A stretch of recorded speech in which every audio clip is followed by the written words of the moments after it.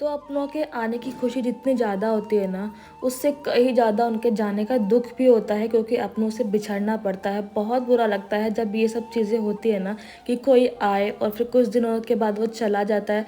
बहुत ज़्यादा दुःख होता है। तो आपको पिछली वीडियो में आपने देखा ही है कि हितू के दादा-दादी उससे मिलने के लिए आए थे। तो सुबह के 5 बजे का टाइम था, उनको वापस जाना था। और हीतू ना उस टाइम तक सो रही थी, तो मैंने उसको उठा दिया था कि दादा दादी जाने वाले हैं करके, तो उठ के उनसे एक बार मिल लेना। तो नींद में थी, थोड़ी सी उठी और फिर दादा दादी ने खूब सारा उसको प्यार किया। और हितू को ना ये सब बहुत बुरा लगता है जब कोई उससे मिलने आता है और वो चला जाता है। उसका मन ना उदास हो जाता है, वो कुछ बोल नहीं पाती है और बहुत ज़्यादा बुरा फील होता है उसको जब इस तरह से कोई उसको छोड़ कर जाता है ना, चाहे उसकी कोई फ्रेंड हो या कोई भी हो ना, उसको वो दिल से बहुत जल्दी चीज़ों को लगा लेती है। सुबह का 5 बजे का टाइम था और चाची भी यहाँ पर रेडी होकर बिल्कुल तैयार थी, बैग लेकर बिल्कुल खड़ी हो गई थी। और मेरे बालों की हालत देखो कैसे हो रखी है, मतलब मैंने ना शीशे में देखा मेरी शक्ल कैसे लग रही है। ऐसे उठ के मैं उनको बाय बोलने के लिए आ गई बाहर।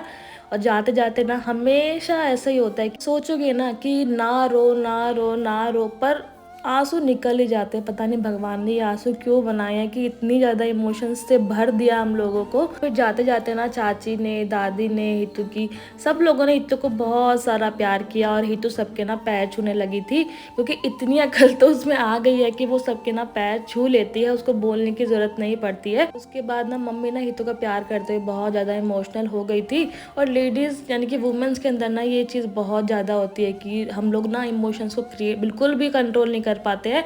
और मतलब जो आदमी होते हैं ना, आदमी लोग, वो अपने इमोशंस को कंट्रोल कर पाते हैं, पर हम लोग नहीं कर पाते हैं। पता नहीं क्यों हमारे अंदर कुछ ज़्यादा भगवान ने फूट फूट कर इमोशंस डाल दिए हैं। तो हितू को जाते जाते देखो कितनी सारी मनी मिल रही है, चाची ने भी दी, दादी ने भी दी, और अब दादा भी दे रहे हैं। पता नहीं क्या करेगी इतने सारे पैसों का, और मना भी नहीं करती कि मुझे मत दो करके।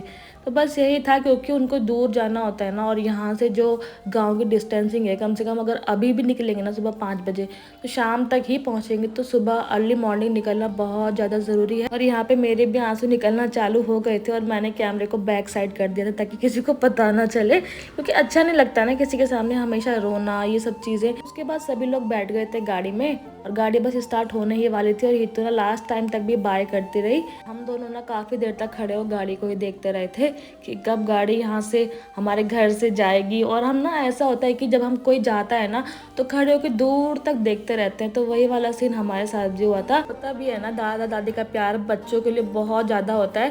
कहते हैं ना कि मूल से प्यारा ब्याज होता है, तो वही वाली चीज़ होती है कि जो दादा दादी होते हैं ना, वो अपने नाती पोतों को बहुत ज़्यादा प्यार करते हैं, चाहे वो नाना नानी हो या दादा दादी हो। सभी बच्चे जो होते हैं जॉब पर चले जाते हैं, तो उनका जो सहारा होते हैं ना, वो बच्चे ही होते हैं। बच्चे उनका दिल बहलाते हैं, और उनको टाइम काटने के लिए चाहिए ही क्या, बच्चों का साथ चाहिए। थोड़ी देर बाद ना हितू को जाना है स्कूल, क्योंकि उसका आज पहला यूनिट टेस्ट का पेपर भी था।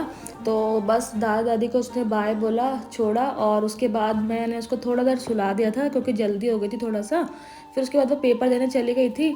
तो बस क्या ही है, ज़िंदगी में यही सब चीज़ें होती हैं कि इंसान आता है, जाता है, और इमोशनल हो जाता है ना, मतलब बहुत ज़्यादा दिल के ना हमारे टच में ये सब चीज़ें हो जाती हैं। और आंखों से ना आंसू कभी भी बंद नहीं होते। और पता नहीं ये मेरे साथ होता है कि सबके साथ ही होता है। तो दोस्तों कमेंट्स में ज़रूर बताना कि ये सब चीज़ें हमारे साथ ही होती है कि आपके साथ भी सब चीज़ें होती हैं। तो मिलते हैं आपसे दूसरी वीडियो में।